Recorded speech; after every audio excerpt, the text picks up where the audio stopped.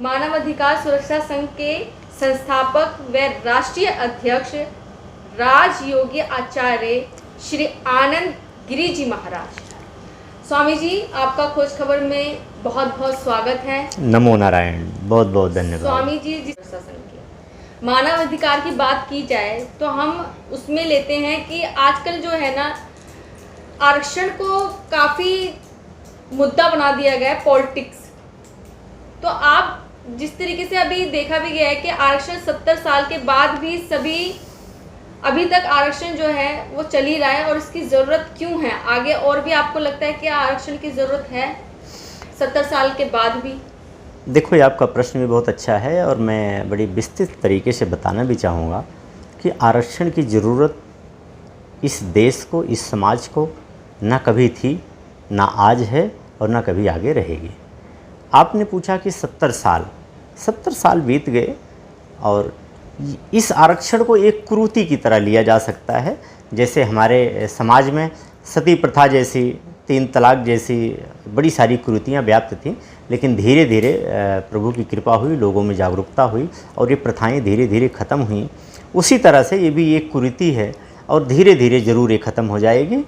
संविधान का हवाला देते हुए जब ये कहा जाता है कि संविधान ने आरक्षण दे रखा है, संविधान में तो बाबा साहब ने विशेष कहा लोग है कि लोग कहते हैं आज जाति को लेकर के ही आरक्षण दिया जाता है या दिया गया है, और लोगों को नहीं पता होगा। आप संविधान उठा के पढ़ना, और लोग भी पढ़ें जिनको नहीं पता है कि आरक्षण का विरोध करने वाले सबसे पहले व्यक्ति बाबा राव अम्बेडकर ही थे।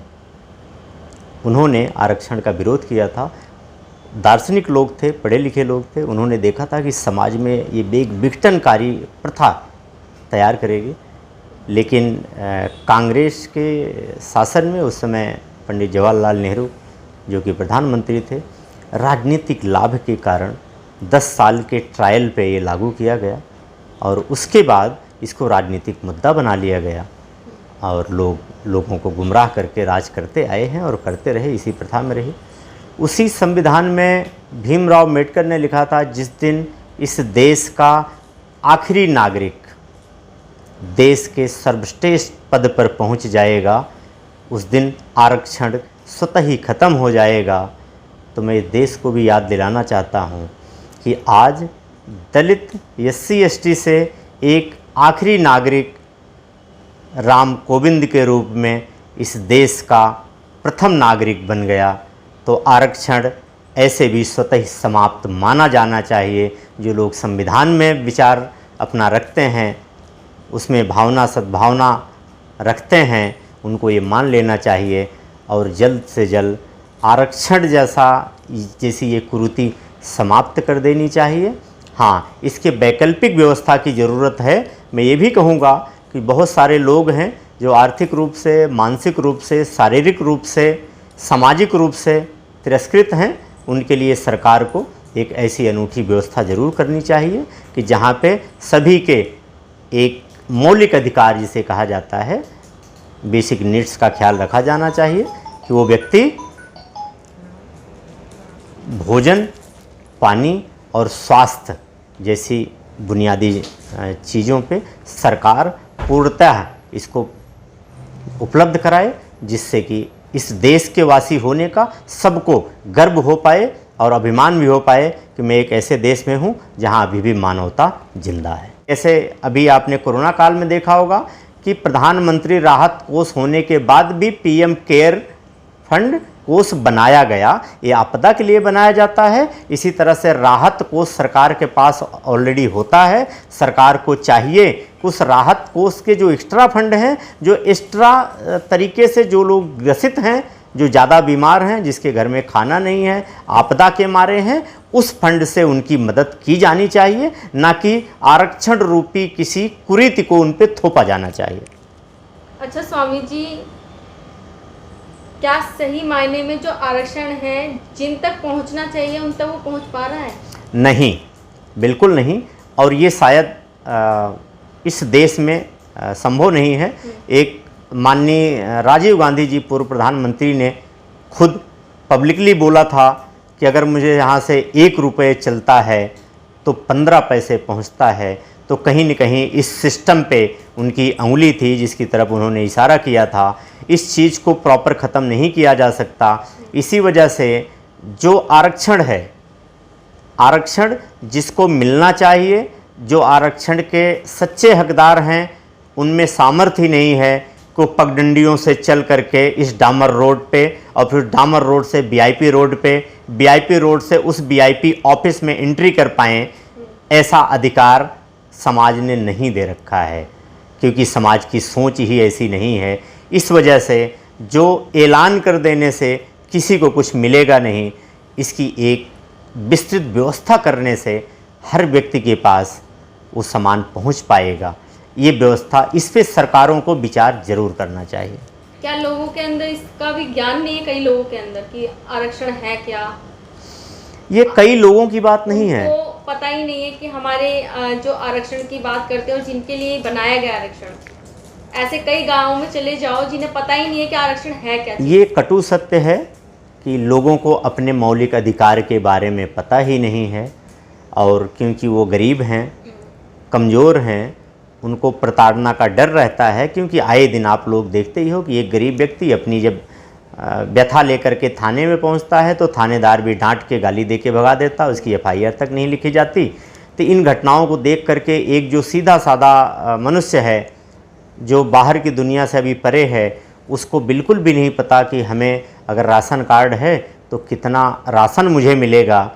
कोटेदार जो उसको दे देता है, डांट के दे देता है और वो चुपचाप लेके चला आता है। वो उसकी ये भी हिम्मत नहीं हो पाती कि भैया तौल के बता दो कि कितना किलो है, क्योंकि इस स्तर तक जो इस तरह के लोग हैं, उनके कुछ जो लीडर लोग हैं, जो कुछ स्वार्थी लोग हैं, उन्होंने उनको गुमराह कर रखा है, दबा रखा है, जिसकी तरफ ध्यान समाज की उच्च संस्थाओं का नहीं जा रहा है, जबकि ये जाना चाहिए। तभी हम उस गांधी के सपनों का, उन महापुरुषों ने जिन्होंने अपना बलिदान दिया, जैसा देश वो देखना चाहते थे, जैसे समाज की संरचना देखना चाहते थे, कहीं ना कहीं उससे हम अभी 70 साल बाद भी अछूते रह गए हैं।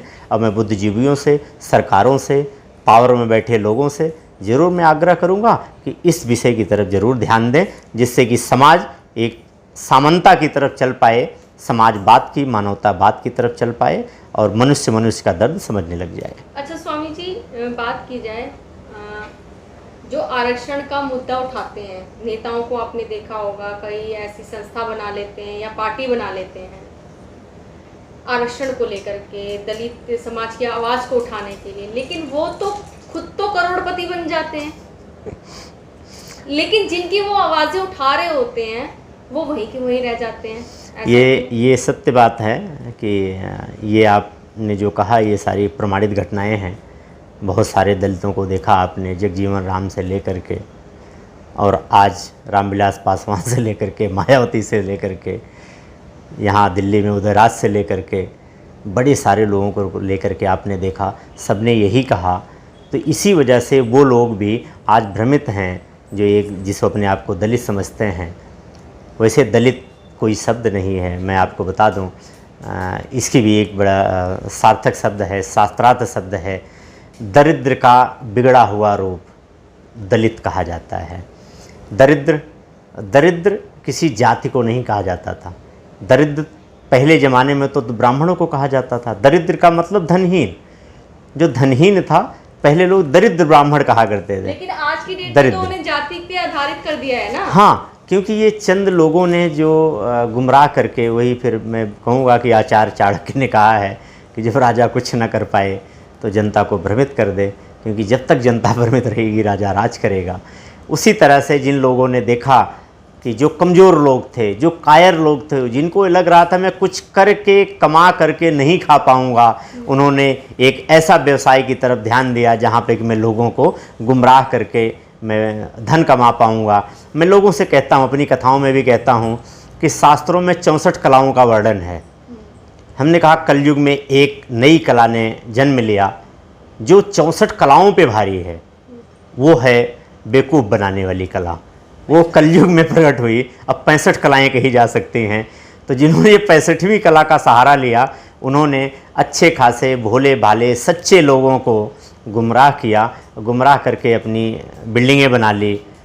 लेकिन एक बात और भी बताऊं कि इसका गलत काम का परिणाम तो सदा ही गलत रहा है, सबने भुगता है। पहले की तो बात छोड़ भी दो, तो आज की डेट में भी देखो तो जिसमें हमारे आसाराम जी भी आते हैं, राम रहीम जी भी आते हैं, रामपाल जी भी आते हैं, बड़े सारे लोग आते हैं जिनसे कहीं न कहीं जाने अनजाने में गलतियां हुई और उसका दुष्परिणाम उन्होंने ही भुगता। और आने वाले दिनों में इन लोगों की भी परिस्थितियां दिख ही रही हैं, ये उसकी भी भुगतेंगे। तो गीता में भगवान ने भी कहा है कि जो अधर्मी हैं, अधर्म कार्य करके वैभव भोग रहे हैं, उनको देख करके कभी विचलित ना होना, क्योंकि उनके पूर्व जन्म की कमाई है और अगला जन्म बिगाड़ रहे हैं। तो उनको देख के विचलित होकर के गलत मार्ग मत चलना, क्योंकि आप अपना ये जन्म भी बना लो और अगला भी बना रहेगा। 90% वाला तो ठेला खींच रहा है, आपने कहीं देखा है। अब उनसे पूछा जाए, एक रिक्शे वाले से हमने पूछा कि आप रिक्शा चला रहे थे, हम उसके रिक्शे पे बैठ गए, तो उससे जब पूछा गया तो वो बोला मैं MA PhD वगैरह करके बैठा हूँ, फिर भी रिक्शा चला रहा हूँ। और एक 40% वाला अच्छे पद पे बैठा हुआ है, तो इस पर क्या कहना चाहिए? मैं इसका 2 उत्तर देना चाहूँगा। पहली बात तो उन सभी लोगों से जो ये वीडियो देखेंगे और वो ऐसी स्थिति में है जैसा कि आपने बताया कि उन्होंने पढ़ करके MA BEd PhD करके और रिक्शा खींच रहे हैं, मैं उनको एक चीज़ ज़रूर को बोलना चाहूँगा कि आप अपने टैलेंट को लेकर कभी हिम्मत मत हारो। इतिहास गवाह है, शास्त्र भी कहते हैं कि नाव कभी मझधार में नहीं डूबी है, नाव सदा किनारे पे आके डूबती है। मझधार में कभी नाव नहीं डूबी, इतिहास गवाह है। क्यों? कि जब आप किनारे पे पहुंच जाता है ना, वो पहुंचते पहुंचते हिम्मत हार जाता है और वहीं डूब जाता है। लेकिन जब तक वो मझधार में रहता है ना, उसको बड़ी हिम्मत रहती है कि मैं किनारे तक पहुंच जाऊंगा और मैं बच जाऊंगा। वो पूरी एनर्जी वहीं बीच मझधार में लगा देता है और किनारे आते आते थक जाता है, जबकि अब दूरी बहुत थोड़ी सी बची रहती है। तो ये लोग वैसे हैं जो अपनी हिम्मत हार जाते हैं, प्रयास करना छोड़ देते हैं और एक ऐसा मार्ग चुन लेते हैं जहाँ पर कि इन्होंने अपने सपनों का, अपने परिजनों के सपनों का खुद खून कर देते हैं। इससे ये बचें, अपनी हिम्मत ना हारें। आप में काबिलियत है, आप इस अपने आप को प्रूव करें, प्रूव कर सकते हैं। दूसरी बात, 40% वाला जहाँ पे अफसर बना बैठा है, अगर ये सही नहीं है कि एक PhD करने वाला रिक्शा खींच रहा है, तो ये भी सही नहीं है कि एक 40% वाला अफसर बन जाए। ये दोनों ही गलत है।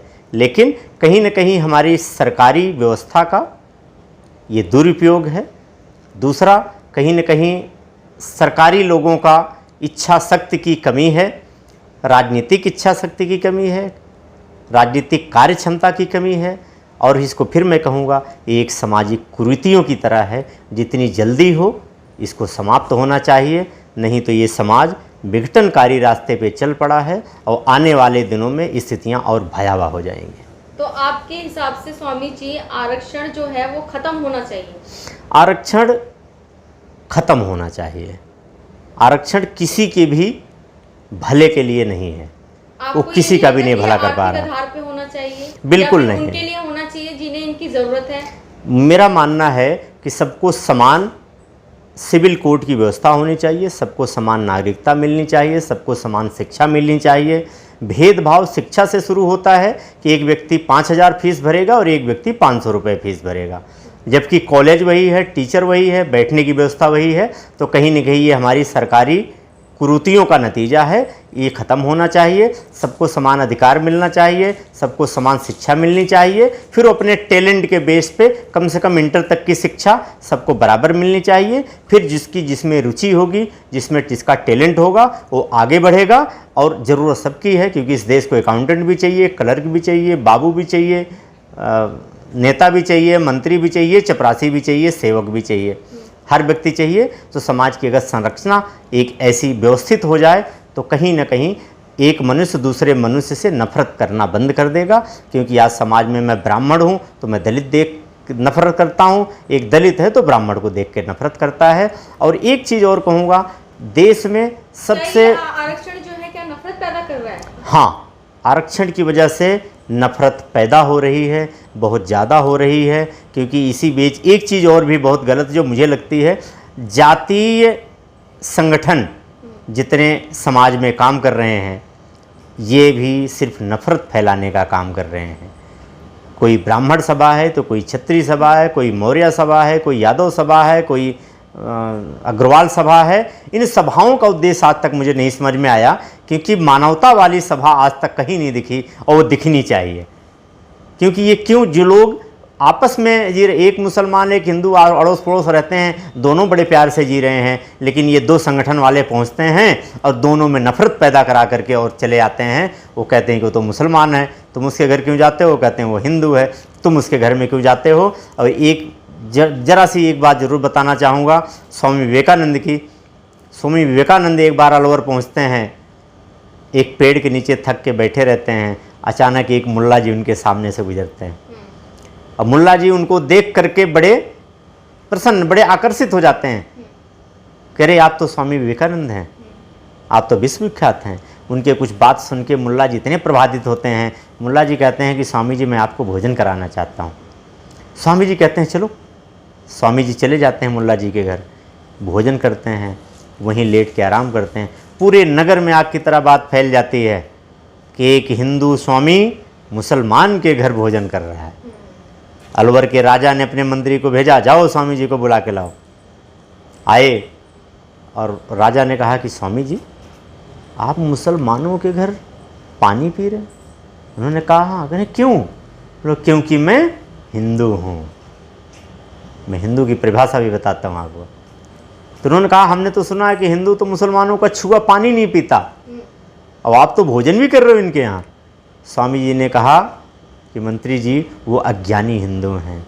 हमारे किसी भी शास्त्र में वर्णन नहीं है कि किसी के हाथ के छुआ पानी नहीं पियोगे या किसी के हाथ के छुआ भोजन नहीं करोगे, वो अज्ञानी हिंदू हैं। उनका चलो राजा बुलाते हैं। बुलाया राजा ने, वो राजा को यहाँ पहुँचते हैं। राजा गोल्फ खेल रहा होता है। राजा स्वामी जी आप कह रहे हैं कि हाथ का छुआ पानी नहीं पीते हैं, लेकिन जो पिछले देखा जाए बहुत वर्षों में आप चले जाएं, 70 से पहले आगे भी अब चले जाएं, तो छुआछूत तो हुआ ही है, दलित समाज के साथ छुआछूत तो हुआ ही है। ये उसी तरह से है जिस तरह से बता दिया जाए कि राहुल गांधी के सपनों का भारत है। इसमें कितनी सच्चाई है? बिल्कुल भी नहीं। ठीक उसी तरह से ये भी पूर्णतः गलत है जब लोगों ने कहा कि छुआछूत और भेदभाव हुआ है। मेरे सामने बैठ के कोई डिबेट कर सकता है और एक जगह मुझे प्रमाणित कर दे कि यहाँ पे भेदभाव हुआ है। नहीं कहा जाता है कि अगर कोई गीता का सार सुन लेता था तो उसके कान में या वो डाल देते थे शीशा पिघला के। हाँ। अब मुझे इस बात का जरूर देना, शीशा कितने डिग्री पे पिघलता है जानती हैं आप? 200 डिग्री पे। 200 डिग्री पे शीशा पिघलता है। उन लोगों की बात जरा मुझे बताना कि कौन सा ऐसा व्यक्ति होता होगा जो पारे की भट्टी बनाता होगा, इसलिए कि उसने गीता सुन ली है तो 200 डिग्री की अग्नि जलाएगा, शीशा पिघलाएगा, फिर उसके कान में डालेगा, और जिसके कान में शीशा पिघला के डाल दोगे और वो जिंदा बच जाएगा। मतलब लोगों के पास कोई काम ही नहीं था, सारा काम छोड़ के नहीं कि एक दलित के कान में मुझे शीशा पिघला के करना है, चलो पहले 10-20 हज़ार रुपये खर्च करें कि उसको शीशा पिघला के डालना है। ये किन बेवकूफ़ों ने आकर के बातें करना शुरू किया। और दलित की बात बताऊं मैं, भगवान राम दलित। आपने केवट का नाम सुना? देखा भी, रामायण सीरियल में भी देखा, रामायण में पढ़ा। केवट भगवान राम को कहाँ मिला था पता है? गुमराह कर पा रहे हैं। गुरु वशिष्ठ के आश्रम में भगवान राम के साथ वो शिक्षा ग्रहण करता था, उसकी मित्रता गुरुकुल में हुई थी, वहां नहीं मिला था। वो मित्र था भगवान राम का, और कहाँ मित्र था? गुरु वशिष्ठ के आश्रम में। तो भेदभाव तब भी नहीं था कि एक दलित का भी लड़का गुरुकुल में जाके पढ़ता था, एक क्षत्रिय राजा का लड़का भी उसी गुरुकुल में पढ़ता था, एक ब्राह्मण का लड़का भी उसी गुरुकुल में पढ़ता था। आज जो है सबर जाति की सबरी बेर भगवान खाने पहुंचते हैं और लोग कहते हैं कि भेदभाव है। एक भीड़ जाति का रत्नाकर डाकू वाल्मीकि बन के रामायण लिखता है और पूजा जाता है, भगवान खुद उसके चरण छूते हैं, लोग कहते हैं भेदभाव है। एक चक्रवर्ती सम्राट की पत्नी मीरा एक चक्रवर्ती सम्राट की बेटी मीरा राजपाट छोड़ के एक दलित गुरु रविदास की शिष्या बन जाती है और कोई उसका विरोध नहीं करता। लोग कहते हैं कि इस देश में भेदभाव था। ये वो अज्ञानी लोग हैं जिनको इस समाज में सबसे पहले दफन कर देना चाहिए, जो नफरत के अलावा अपनी अज्ञानता का प्रचार करके ये मानव जीवन को कष्टमय बना रहे हैं। अच्छा, मनुस्मृति की बात की जाए, मनुस्मृति में कई लोग कहते हैं कि वो भेदभाव फैलाती है। हाँ, मैं उसके बारे में बताना चाहूँगा। जो लोग ये कहते हैं मनुस्मृति भेदभाव फैलाती है, मैं उनसे ज़रूर कहूँगा कि आपके गारंटी है कि आपके पूरे ख़ानदान में किसी ने मनुस्मृति नहीं पढ़ी है। एक बार उठा के ज़रूर पढ़ना। दूसरी बात, मनुस्मृति को मैं आज से प्रमाणित कर देता हूँ। आज से एक सोना बेचने वाला, जिसे सुनार कहते हैं, सोने बेचने वाले को क्या कहते हो? सुनार। एक इस टेबल बनाने वाले को क्या बोलते हैं? बढ़ई। एक दाढ़ी बनाने वाले को क्या बोलते हैं? नाई। एक सब्जी बेचने वाले को क्या बोलते हैं? हर कार करने वाले को, एक गाड़ी चलाने वाले को क्या बोलते हैं? ड्राइवर। यही आपका कहने का क्या मतलब है? नहीं, मैं वही प्रमाणित कर वही प्रमाणित कर वही मैं प्रमाणित कर रहा हूँ आपको। मनुस्मृति की ही बात बता रहा हूँ। मनुस्मृति को भेदभाव किस बात पे बोला जाता है? वर्ण व्यवस्था पे। ब्राह्मण, क्षत्रिय, वैश्य और शूद्र, ठीक है, इन 4 व्यवस्थाओं पे मनुस्मृति को गलत प्रचारित किया जाता है। ये व्यवस्थाएं भी तब भी ऐसे थे। इसी व्यवस्था पे तर्क उठता है जब वाल्मीकि की लाइन आती है कि ढोल गवार शूद्र पशु नारी सकल तारणा की अधिकारी। तो वहाँ पे शब्द बदल दिया गया। मैं यही प्रमाणित करने, सत्यता को बताने की बात मैं प्रयास कर रहा हूँ कि उसको लोग सुने और समझें। तुलसीदास जी ने जब लिखा कि ढोल गवार शूद्र पशु नारी सकल ताड़ना की अधिकारी, शब्द क्या बताया गया? ताड़ना की अधिकारी। इसका मर्म बड़ा प्यारा है। तुलसीदास ने कहा कि ढोल कब बजाया जाता है? खुशी के माहौल में, मंगलमय स्थितियों में। मातम में ढोल नहीं बजती। ढोल मंगलमय माहौल में बजाई जाती है। ढोल गवार किसे कहते हैं? सीधे। गवार किसको कहा जाता है? सीधे साधे आदमी को। गाँव में आज भी किसी के घर जब कोई अनुष्ठान होता है ना, तो गांव के बड़े सीधे साधे कुछ लोग आते हैं, खुद ही चारपाई बिछाने लगते हैं, खुद ही आलू छीलने बैठ जाते हैं, खुद ही काम करने। ना वो पेमेंट पे आते हैं, ना दिहाड़ी पे आते हैं, ना बुलाने पे आते हैं। वो गांव के बड़े सामाजिक सीधे साधे सच्चे लोग होते हैं, जिसको गवार का मतलब है पढ़ा लिखा नहीं है। सीधे सच्चे लोगों को गवार कहा जाता था। ढोल गवार शूद्र का मतलब क्या था? कामगारों से, लेबरों से। शूद्र का मतलब किसी जाति से नहीं था। शूद्र का मतलब कामगारों से था। कामगार, शूद्र, पशु जीवन आधार हुआ करता था, क्योंकि उसी बैल से खेती होती थी और उसी गाय भैंस के दूध से जीवन चलता था। ये भी जीवन का आधार था। और नारी, जिसकी की कोई व्याख्या नहीं की जा सकती, वो सर्वशक्ति पराम्बा जगदम्बा से दुनिया चलायमान है। तो तुलसीदास ने कहा कि सकल तारना मतलब आपका, इनके बिना आपका जीवन तर नहीं सकता। आपका मनुष्य का जीवन नहीं चल सकता इनके बिना, क्योंकि हर्षोल्लास भी चाहिए, बाधक भी चाहिए, आपके लिए सीधे साधे लोग भी चाहिए, आपके लिए खेती बाड़ी और दूध भी चाहिए और मजदूर भी चाहिए। मतलब गलत पेश करके लोगों को बताया गया है।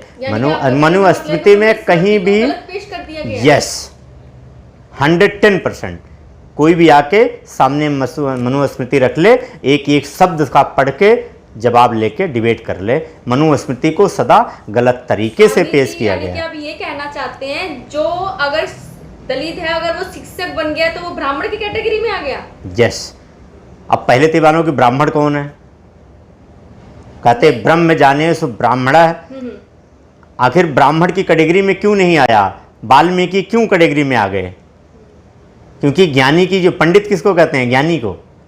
पंडित कोई जाति नहीं होती, जो ज्ञानी है वो पंडित है। तो ब्राह्मण की कैटेगरी में क्यों नहीं आया? और आज भी प्रमाणित है, आज भी मंदिरों में, इस देश में जितने साधु संत हैं, मंदिरों में 80% लोग साधु संत में दलित समाज से हैं और पुजारी भी दलित समाज से हैं। मैं एड्रेस नंबर दे दूंगा, चली जाना मंदिरों में और पूछ के चली जाना कि कौन हो। कौन जाता विरोध करने किसी का? आप पत्रकार हैं, पत्रिका का नहीं, आपकी जाति थोड़ी कोई पूछ सकता है, आपका टैलेंट लोग पूछते हैं और उसका आपके योग्यता का सम्मान होता है, ना कि किसी जाति का। लेकिन कहीं आज भी देखा गया है स्वामी जी कि अच्छे पद पर उन्हें नौकरियां मिल रखी हैं, अच्छे पद पर हैं, फिर भी उन्हें उस नजरिए से देखा जाता है क्योंकि वो दलित है इसलिए। ऐसा है, कई वीडियोस वायरल होती हैं। सुनो, ये झूठ का प्रचार है, ये झूठ का प्रचार है। अब एक चीज़ मैं और बताऊंगा, रोड पे अगर हम दो लोग जा रहे हैं, मेरी गाड़ी अगर किसी की गाड़ी से टक्कर हो गई, वो मुसलमान निकला और मैं साधु निकला, तो लोगों को बाहर जो जिसे सोशल मीडिया कहा जाता है वो शोषण मीडिया है, सोशल नहीं रह गई, वो शोषण कर रही है। क्योंकि वहाँ पे क्या वायरल होता है कि एक हिंदू और मुस्लिम की लड़ाई हो गई, ना कि दो ड्राइवर, ना मुस्लिम गाड़ी चला रहा था ना महाराज जी चला रहे थे, गाड़ी दो ड्राइवर चला रहे थे, एक हादसा हो गया, हादसे को जाति पाति पंथ से जोड़ के वायरल कर दिया जाता है। अगर एक गांव में एक पंडित जी हैं और एक दलित है, उन दोनों की पर्सनल किसी भी बात पे मतभेद हो सकता है, लड़ाई हो जाती है, तो चारों तरफ फैला दिया जाता है कि ये तो दलित और सवर्ण की लड़ाई हो गई। और जब इन्हीं बातों की जब एक नैरेटिव गलत नैरेटिव सेट हो गया है। यहीं अभी कुछ दिन पहले मेरठ में एक घटना घटी थी, 4-5 दलित लोग एक क्षत्रिय लड़की के घर में घुस के उसका बलात्कार करते हैं, सारी बातें हो जाती हैं, कहीं कोई बोलने आगे नहीं करता, क्योंकि एक नैरेटिव सेट हो गया है कि आप उनका नाम उठ रहा है तो सब उन्हीं के नाम पे डाल दो। ये सेम वैसा ही है जैसे कि अगर गांव में एक मोहल्ले में एक क्रिमिनल होता है जिसके ऊपर 4-6 केस हैं, एक नया केस होता है तो पुलिस के लिए बड़ा सरल होता है कि उसी को उठा के ले जाके बंद कर देते हैं, चाहे उससे इन्वॉल्वमेंट हो या ना हो। तो इस तरह से समाज ने जो एक गुमराह, एक कुंठित मानसिकता फैला रखी है, मैं कहता हूँ इन लोगों से बचो, इनका बहिष्कार करो, क्योंकि सत्यता तक जाने की किसी में सामर्थ्य नहीं है, ना कोई जाता है। हर व्यक्ति बहती गंगा में हाथ धोने बैठा है। अगर आप किसी को एक गाली दोगे तो 10 गाली लौट के आती है, एक जूता फेंक के मारोगे तो 10 जूते वापस आएंगे, और एक बार किसी के सामने झुक के प्रणाम करोगे तो 10 बार वो आपको आशीर्वाद मिलेगा और आपकी तरक्की होगी, दीर्घायु मिलेगी, निरोगी काया मिलेगी। तो प्रेम बांटो, प्रेम से रहो, मानव को मानव समझो, घर में माता पिता बुजुर्गों गुरुजनों का सम्मान करो, माँ बहनों का भी सम्मान करो, जिससे आपकी सदा ही उन्नति होगी। नमो नारायण। आपका धन्यवाद आपका भी इतना समय दिया, धन्यवाद। अब आपकी पूरी टीम को मैं खोज खबर की, खासकर जी गीता वर्मा जी की, इनके सहयोगियों का कोट आभार और धन्यवाद करता हूँ। इनके दीर्घायु निरोगी काया और उन्नति की कामना भी करता हूँ। धन्यवाद।